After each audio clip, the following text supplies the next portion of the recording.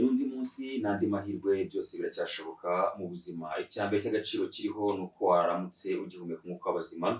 Shimira Uwiteka Imana niwe wabigizemo uruhare. Nimba kandi ufite challenge mu buzima, icyo nakubwira ni kimwe gusa: wigira ubwoba, wikiheba, ejo n'undi munsi buzacya. Twagarutse muri gahunda yacu y'amakuru agezweho avugwa hirya no hino ku isi, ariko nkuko bisanzwe turongera dusubire muri Repubulika ya Demokarasi ya Kongo.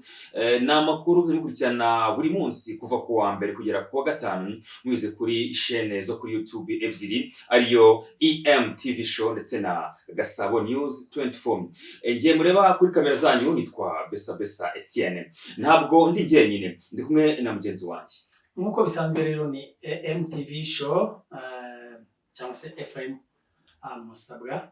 Rero nkuko bisanzwe cyangwa se nkuko twabibasezeranyije, akaba ari wa mwanya tugarutsemo kongera kubagezaho amwe mu makuru agenda avugwa hirya no hino, ariko cyane cyane twibanda mu karere k'ibiyaga bigari nkuko twabibasezeranyije. Twibanda mu karere k'ibiyaga bigari cyane cyane ahari abumva ururimi rw'Ikinyarwanda. Ururimi turi kuvuga, hari abarwita Ikinyarwanda, abandi bakarwita Ikirundi, abandi bakarwita Ikinyamurenge, n'abahavu bararwumva. Ku munsi rero w'ejo twari tubabwira ku nkuru yasaga nk'inkuru y'ibyishimo cyane ku barwanyi ba M23 bari bigaruriye agace ka Bweramana ndetse n'agace ka Minova. Niko bimeze rero, ngira ngo kugeza ubu ngubu nta mpinduka yari yaba. Ubushize ubwo umutwe wa M23 wafataga umujyi wa Masisi, amakuru yaje kugaruka nyuma avuga ko FARDC yongeye kubakuramo, ariko noneho nyuma y'umwanya mutoya M23 yongera kubakuramo, ndetse baza kuvuga ko ari strategie za gisirikare bari bakoresheje kugira ngo barebe uko baza neza kubamara imbaraga. Nyuma yaho rero siko byagenze, noneho ntabwo babahaye umwanya wo kugira ngo bongere bigarurire utu duce twa Bweramana ndetse na Minova baraye bafashe. Navuga ko mu by'ukuri navuga ko kugeza ubu ngubu umutwe wa M23 ugifite imbaraga nyinshi kuri FARDC.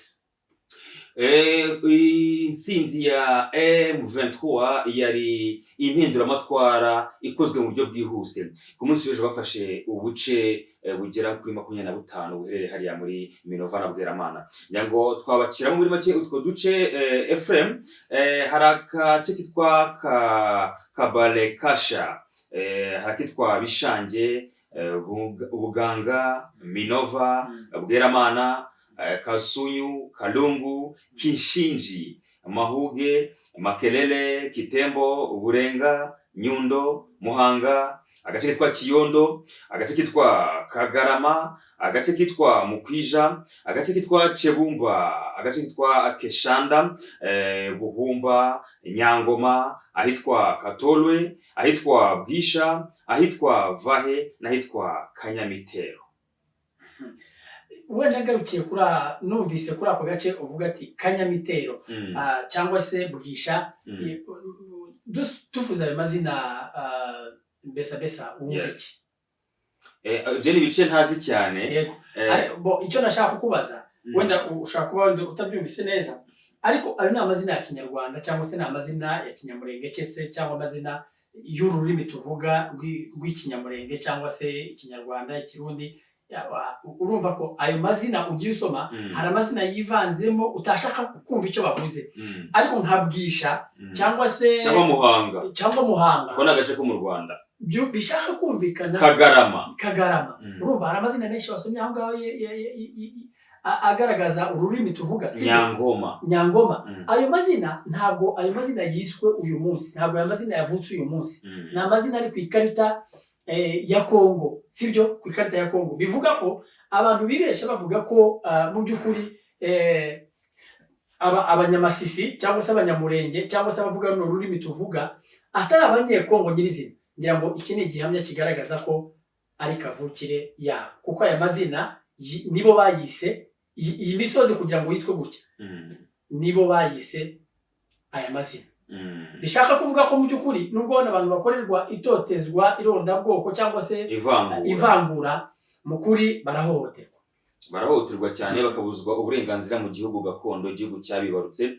Birakora nabyo ariyo nayo mpamvu nyamukuru AFC Alliance Fleuve Congo M23 bari kurwanya ingabo za FARDC kugira ngo abatuye muri ibi bice tuvuze babeho batekanye, babeho mu mahoro, juste umuturage yumvemo ko ari mu rugo, ari kwivamo nk'impunzi kandi ari muri kavukire ye. Mu by'ukuri mu kuri guhari kandi kugaragara binumvikana cyane nuko leta ya Kongo yakagombye gukora iyo bwabaga igahuza abaturage, sibyo, ikegera uyu mutwe wa M23 bakagirana ibiganiro, bakareba ibyifuzo byabo ndetse bakabikemura nk'uko bagiye babisezerana, sibyo. Kuko atari ibi ngibi sinibaza ko aba bantu bava kwizima nabo, nk'uko Kisekedi avuga ati njyewe ntabwo nzigera mva kwizima kugira ngo nganire na M23. Nibaza ko aba bantu nabo batava kwizima, keretse wenda batsinzwe bakavuga bati turatsinzwe koko, reka dukuremo akacu karenge. Ariko nibaza ko bitakorohera FARDC cyangwa se bitakorohera iyi leta ya Kongo iri kubahiga bukwara, na cyane cyane ko iyo urebye muri ubwo buce tumaze gusoma haruguru, urabona ko mu kuri guhari FARDC isigaranye umujyi wa Goma, uriya mujyi wa Goma n'akandi gace kitwa Nzulo, ngira ngo twaze tubareba, ariko ibindi bice byose biri inyuma y'uwo mujyi bigaragara ko biri mu maboko ya M23. Wenda twasaba ku buhanga bw'ibyo akabishyiraho iyo karita igaragaza iyo map y'ibice M23 yamaze kwigarurira.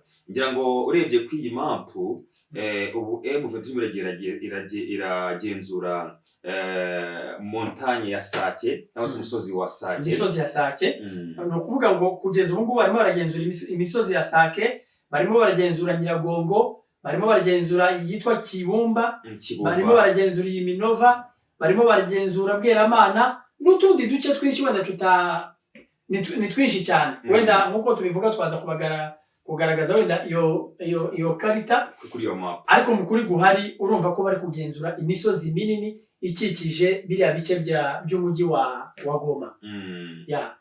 Ku munsi w'ejo rero iyi ntambara ntabwo yari yoroshye, abaturage bari bahiye ubwoba. Ngira ngo dufite video hano, abaturage bari kurasa, ingabo za M23 ziri kurasa, abaturage babanje kugira ubwoba bakizwa n'amaguru. Reka tubi video gato tugaruke mu kanya.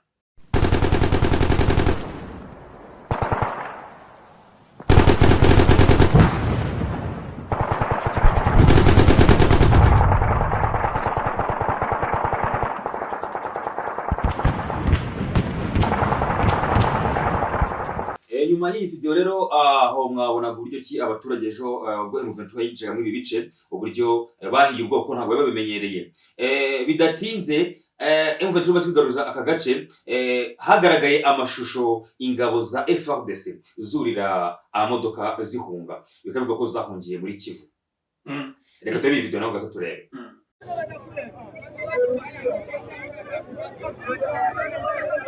Hapo ni basoda Banyabibwe banajendea, wanakimbia, wanasikia adui anachomoka Karoba. Sasa wanajenda jo vale, wanaenda gari hii yakuwa kubakamata hapa Nyabibwe. Inakuwa kubakamata hapa Nyabibwe. Ona jo vale wanajendea. Nyuma y'iyi video rero icyakurikiyeho nuko abasirikare ba M23 bagize ibiganiro n'abaturage barabahumuriza. Iyo ni inkuru nziza nanone ku mutwe wa M23 cyangwa se ku bafana ba M23 n'abakunzi b'uwo mutwe bose, ndetse n'abandi yewe batotezwa muri kiriya gihugu, kuko abaturage bari hariya ntabwo bamerewe neza.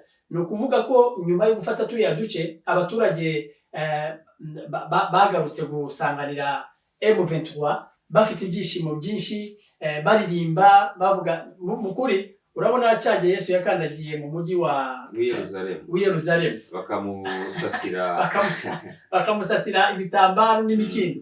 Navuga ko M23 ariko yisanze hariya ahantu, kuko abaturage baraza barimo baravuga bati kweri nimwe twari dukeneye, nimwe twifuzaga. Ndetse iyo bahara naho M23 mu majambo batanze hariya, bavuze ko bashishikarize bari ababyeyi baje kubakira n'abasore, barababwira bati nimubwire abana banyu bariya biyita wazalendo bahoze ari marimari, mubabwire bazi tubigisha igisirikare, mubwire baze tuvange dukorera igihugu hamwe sibyo ibyo ni ibintu biba byumvikana besa kuko niba bari kugenda batsindwa niba bari kugenda bapfa ku bwinshi mu buryo bungana kuriya utekereze ko niba abantu barwana sibyo wenda bakaba barwana umunsi wose bikarangira FARDC yahunze wibaza ko haba hapfuye abantu bangana gute abasirikare bangana gute abapfuye bo bari benshi cyane aba bana barimo barazira iki urebye mu by'ukuri barazira ubusa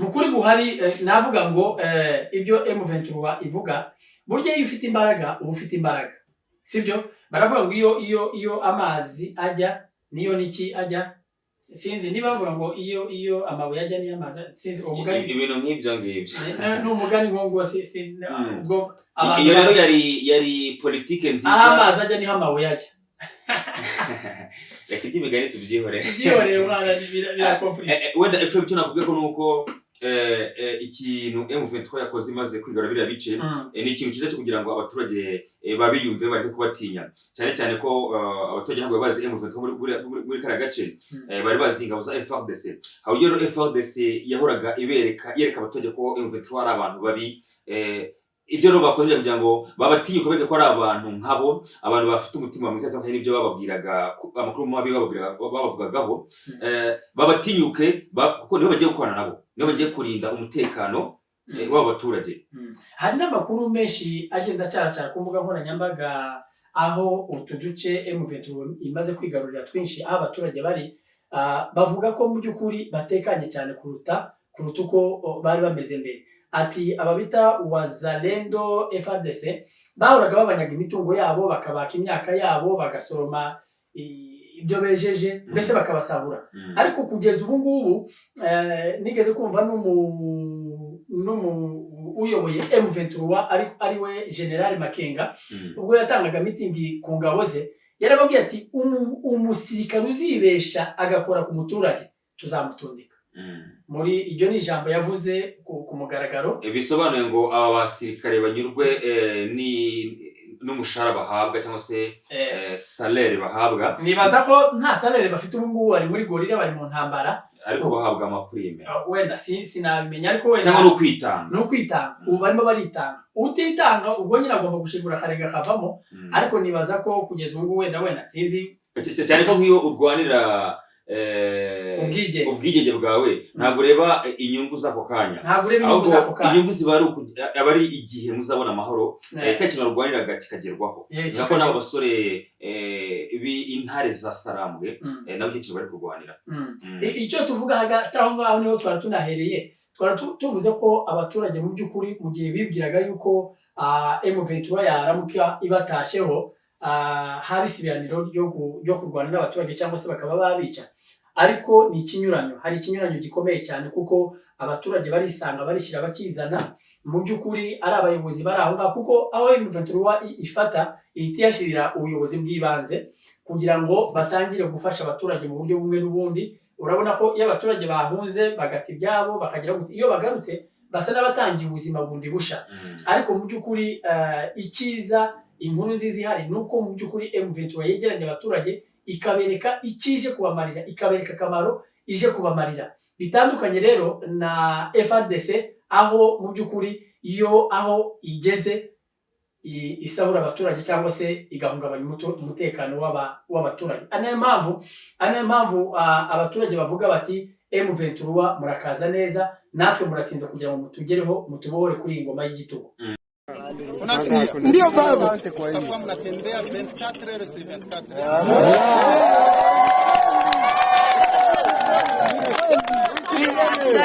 nganda sijue nganda kula nganda yako je nilimuonaka jeshi mnaona wako na pesa watanunua kila kitu ndio unasikia watanunua kila kitu so italeta watu kurudia. Mwambie waloko zetu wa Maimai karibu kwetu. Ndio. Tuko tayari kuwafundisha kisoda nzuri. Ndio. Si ndio hivyo? Ndio. Tuwafalishe vizuri. Sawa? hata FARDC mwenye amefichama ni ndugu yetu. Ndio. Naye karibu. Sawa? Ndio baba. Unaona wasoda munaona?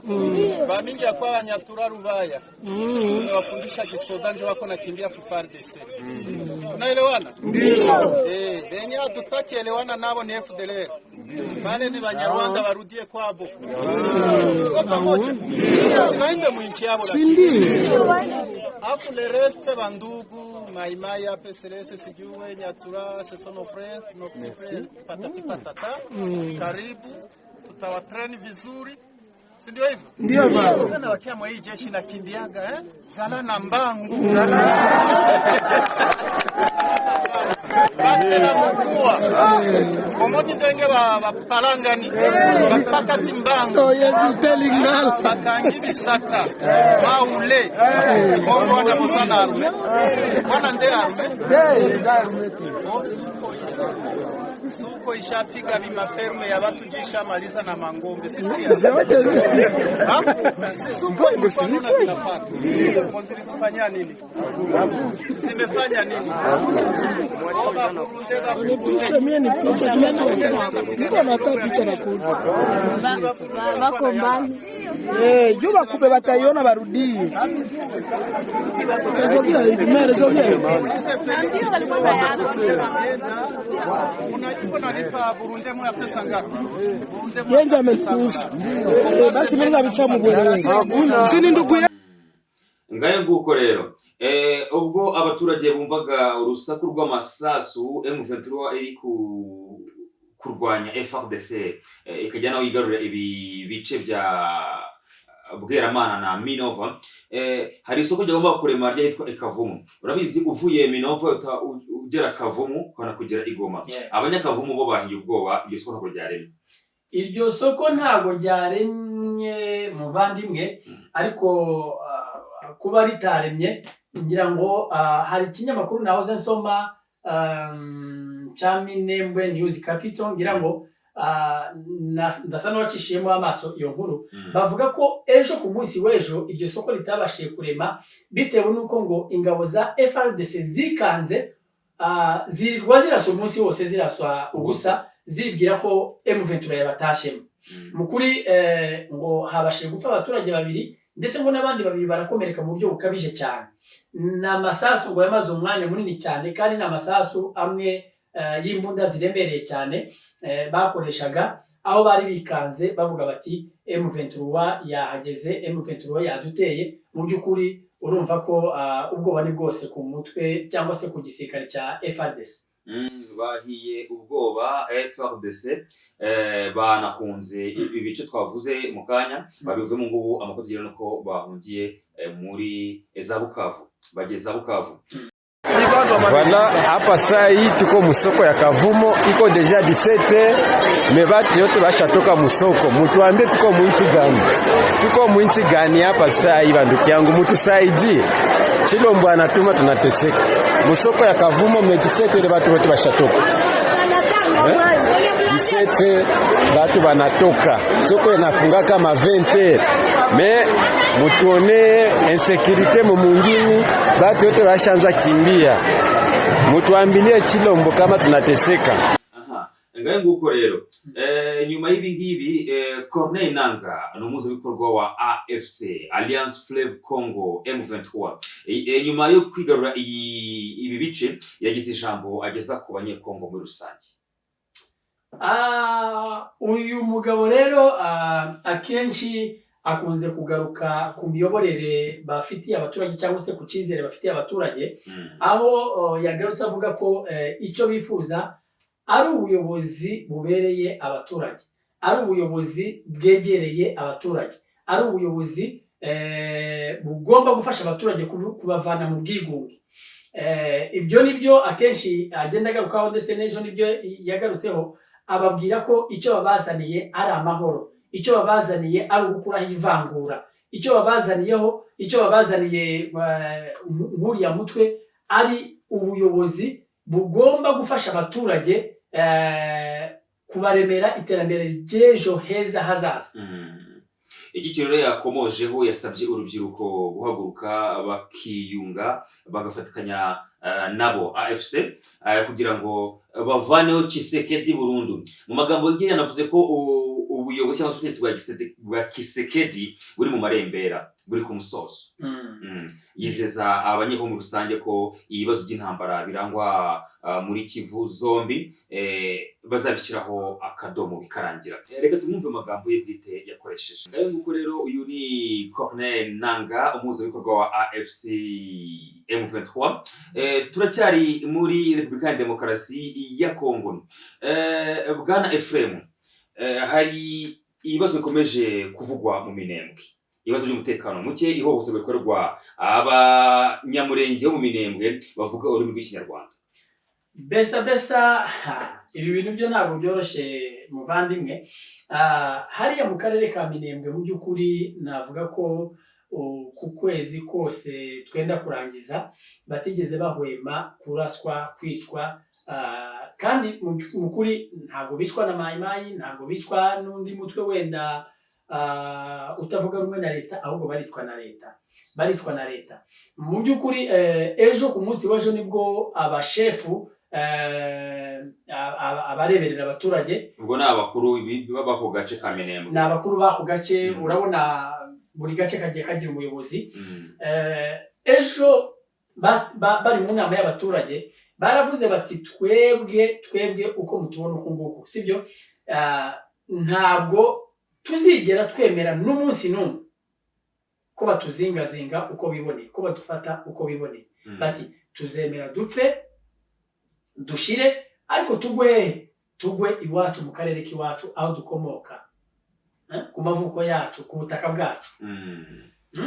Ndetse baboneraho no kunenga bamwe mu bayobozi bari bafite muri guverinoma ya Kongo, barimo ba minisitiri bahagarariye leta wenda mu bwoko bw'abanyamurenge.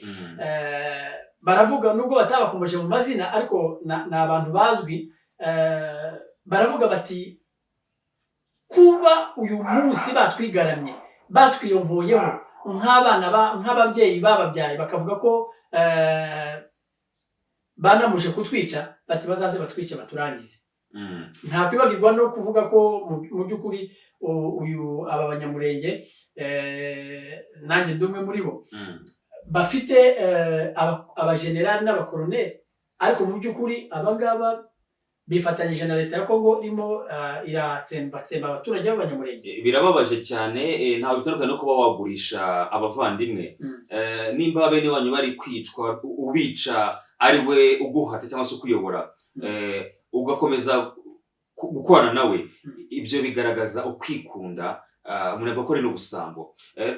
Umuntu wese wagambaniye umuvandimwe kubera inyungu ze bwite, ibyo bari ubusambo. Ephraim, bari ubusambo, ni bari ubusambo besa. Wenda twaza kumva gatoya amagambo amwe y'abashefu mu Minembwe, tukumva icyo bagiye bagarukaho gatoya.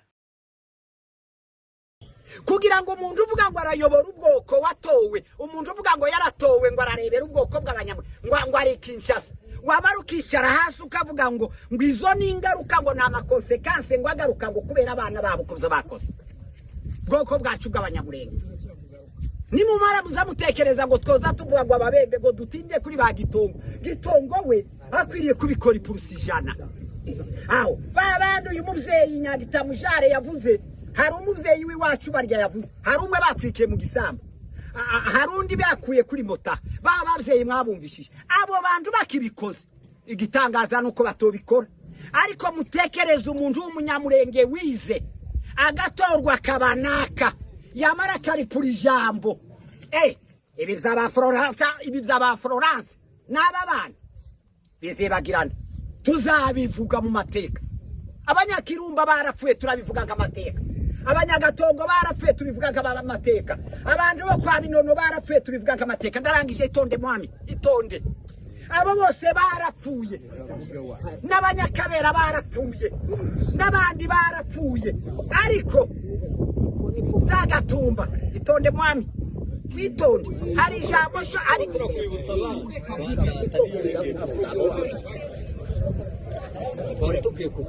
abo bantu iwe nyakubahwa Karaha uyoboye hano murabizi ko base bagiye bicwa babona ariko se dore ijambo ngiri baravuze gutazi ico umuheto wakoze ngo azarya inyama y'igisi nukuvuga ngo bwoko bwacu ese izuba ejo niriva ese izuba ryova aho ntuzanyagirwa ejo baratubwiye aho twari kwimishashu hari umuntu watuganira atubwiye ngo ndimaye mubona kino kiganza ngo iki kirimo inkota ngo kizahitana bamwe mu gitondo izuba rihariva ngo apana nijoro umuyobozi wacu wavugaga ngo ararebera ubwoko Kinshasa namara ngo ari puyijambo za Noel zose narazanditsaho zari kuba mu Minembwe guturuka mu Biziba ukageza kuri Gitavi zose narazanditse ngo nibamara barinjiye umunsi wa Noel umuntu umwe w'umuyobozi nawe aravuze ngo abandi bantu bari batangiye kwizihiza Noel ngo none ubwoko bwacu buhuye n'ibibazo ngo aje kuvuga ngo ni ingaruka mutegera ijambo yavuze rya nyuma ryatumye mpaguruka mubyumve neza yaravuze ngo arangiza ngo habe n'abashefu de village abashefu ngo twebwe ngo natwe turabatemo ngo bizoga ngaruka ngo zabujije ngo zaduziye me brigade ngo amahoro ko murumva mwabagabo mutegere ntabwo twokwemera ko tuzoza tuzingazingwa nk'igishwaga bagaze bashira mu birere nukuvuga ngo nimba hariho umuyobozi w'umushefu uvuga kurwiwe baba bavuganye uwo muntu biramurora umuririmbyi yaravuze ngo kiramutata ucukwa muzigo wake mwenyewe yemwe umuntu wararipura amagambo ubwoko burashize namaraje kuvuga ngo aradusiga ijambo ko baradusiga amatashe izuba rizava bayobozi b'abashefu barakoze cyane aba ni abashefu cyangwa se abayobozi bo mu Minembwe bagaragazaga bimwe mu byifuzo byabo cyangwa se bimwe mu byo bashaka kugeraho impinduka bifuza iwabo. Usibye rero aba bashefu bo mu Minembwe hari umunyamategeko akaba yigeze kuba n'umusenateri mu nteko nshingamategeko ya Kongo witwa Moise Nyarugabo. Moise Nyarugabo nawe yatangaje ko mu by'ukuri yanenze ingabo za FARDC ibikorwa zyo gukorera abanyamurenge bo mu Minembwe. Avuga ko bidakwiye ko umuntu ukwiye kurinda ari wo uca inyuma ukaba abwo wamutesha amahoro ukamutesha umutekano we. Ubuyobozi bwiza mu by'ukuri besa n'ubwegera umuturage bukamurindira umutekano ndetse n'ibye ariko muri FARDC cyangwa se leta ya Kinshasa ni ikinyuranyo biratandukanye aho kugira ngo leta irindire umutekano umuturage niyo imubuza umutekano mukuri. Uyu Moise Nyarugabo cyangwa se uyu mutegetsi yakunze cyane kugenda agaragaza ubushake mu kubwira leta ya Kongo ko ibyo iri gukora iri mu makosa, ariko kugeza uyu munsi wa none ntabwo babyumva. Buri gihe avuga ko abanyamurenge bari gukorerwa icyo bita ubwicanyi cyangwa se genocide, akabigaragaza kenshi gashoboka, ariko mu kuri kugira ngo leta ibashe kumwumva ntabwo byoroshye. Gusa ku rundi ruhande ni umuntu umwe navuga ko mu banyamurenge bari muri iriya leta ya Kongo niwo muntu nibura ubasha kugira icyo avuze mu kurengera ubwoko bwe bw'abanyamurenge, mu gihe abandi bari muri iriya leta bo ahubwo bugambanira bakavuga ko aribo bwigometse ku butegetsi. Ngayo nguko rero ayo niyo makuru dufitiye kuri uyu munsi avuga muri Repubulika ya Demokarasi ya Kongo. Twese ku musozo wacu w'aya makuru hari inkuru umuntu avuga ngo ni incamugongo ku bantu bafite imiryango muri Afurika bari mu nkambi cyangwa se bari mu bikorwa by'ubuhunzi bifuza kujyanwa muri Amerika. Bimeze gute?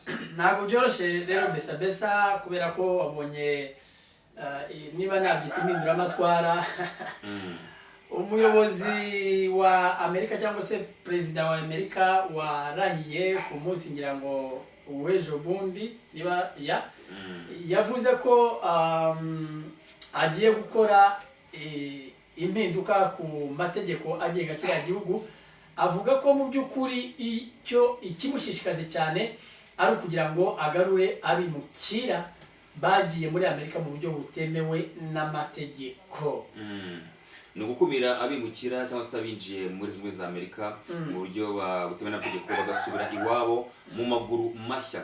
Iyo ni imwe mu ngamba Perezida Donald Trump wa leta zimwe za Amerika ashyize imbere. Hari rero gahunda yari yaratangijwe na Perezida Joe Biden ucyuye igihe yitwa Welcome Corps.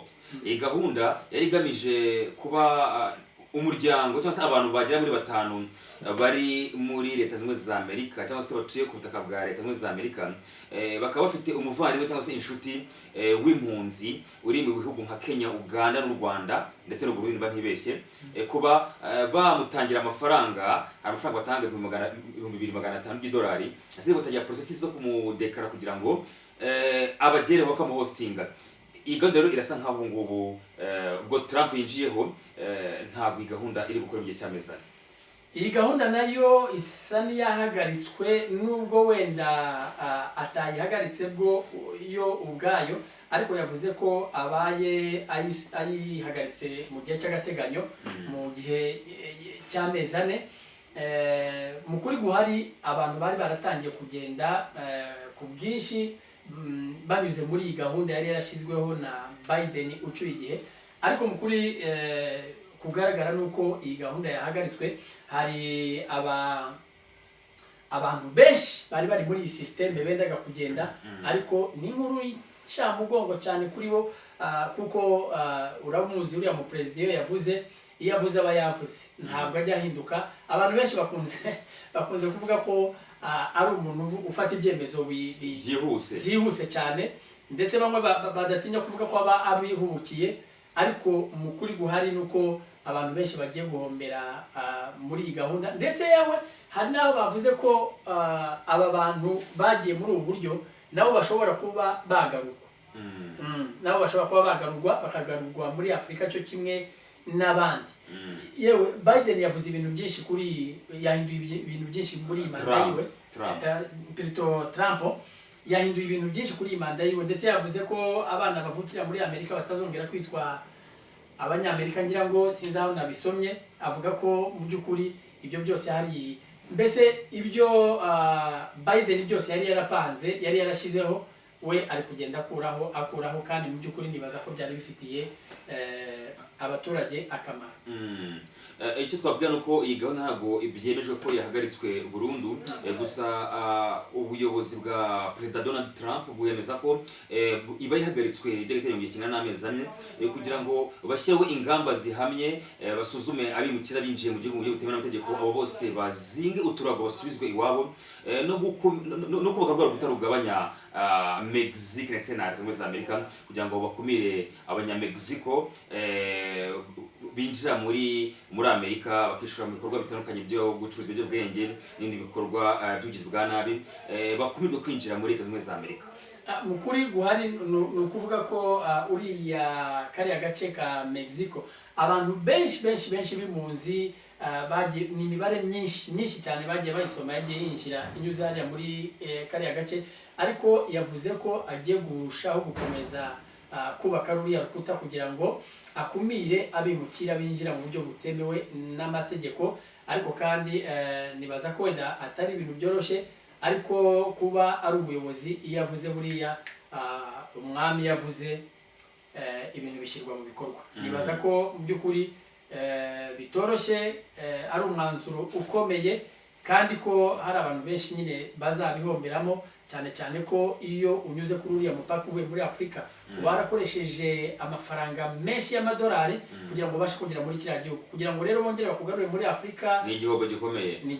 Hari abo numvishe umwaka ushize bavuga muri Kenya, abandi bakava i Burundi, abandi bakava mu Rwanda, bagaca muri Mexico kugira ngo binjire muri Amerika. Hari abo byajyaga hafi ibihumbi 10 by'idolari, 12 pesa. 12 ari amafaranga atari make. Ibaze noneho kuba waragiye mu bwo buryo bakongera bakakugarura, ni igihombo gikomeye.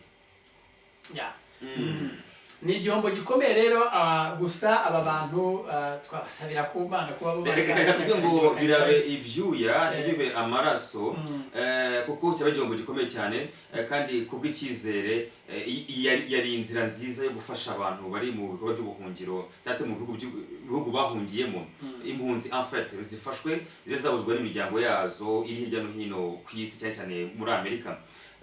Urabizi impunzi iri mu buhungiro kugira ngo izave mu gihugu cyayakiriye bayihe igihugu cy'ubuhungiro FM ni ibintu bimara imyaka n'imyaka. Hari abashitingira baba mu izo processes bajya bambwira uburyo ki ari ibintu bigoye cyane bashobora kumara imyaka n'imyaniko batari baba igihugu cy'ubuhungiro.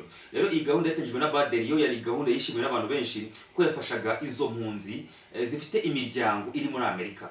Imiryango kiyishyira hamwe ikabatangira amafaranga asigaye bakabafasha bakajya muri Amerika bakava mu ibyo bibazo by'ubuhunzi. Nshuti bavandimwe rero turimo turagana ku musozo w'ikiganiro cyacu ariko mu kuri guhari nta kundi twabigenza iyo umwami yavuze aba yavuze gusa birabi byo kuvuga ariko nibaza ko besa hari amategeko agenga kiriya gihugu ngira ngo wenda Trump ibyo yakora byose ngira ngo uko yabishaka kose wenda siko byagenda 100% kuko kirani igihugu gifite amategeko kigendera ku mategeko wenda hari byo yakwibwira ko yabikora uko yumva uko byumva ariko nanone nawe hari aho yagongwa n'amategeko wenda bikaba bitamushobokera nkuko abyifuza 100%. Iri ari gahunda barabanje kwemezwa n'abayobozi batandukanye mu gihugu. Rero nawe kugira ngo azahita yisenya ku kanya nta bintu byapfa kumworohera ariko kuko ari president nyine kandi akaba afite ubwiganze bukomeye mu nteko ya Zunze za Amerika nkeka ko imyanzuro yajya yoroha kugira ngo ishyirwe mu bikorwa cyangwa se yemezwe kuba yahindurwa. Birakunda birashoboka cyane. Uyu rero ni musozo w'aya makuru yacu yo kuri uyu munsi. Reka tubashimire cyane mwe mwahisemo kubana natwe muri gahunda yacu y'amakuru avugwa mu biyaga bigari no hirya no hino ku isi. Amakuru nk'aya nakagaruka ku munsi w'ejo ni kuva ku wa mbere ku wa gatanu uzadukurikirana amakuru nk'aya kuri EMTV show ndetse na Gasabo News 24. Ngiye warebaga kuri kamera zawe nitwa Besa Etienne na mugenzi wanjye Ephraim Musabwa.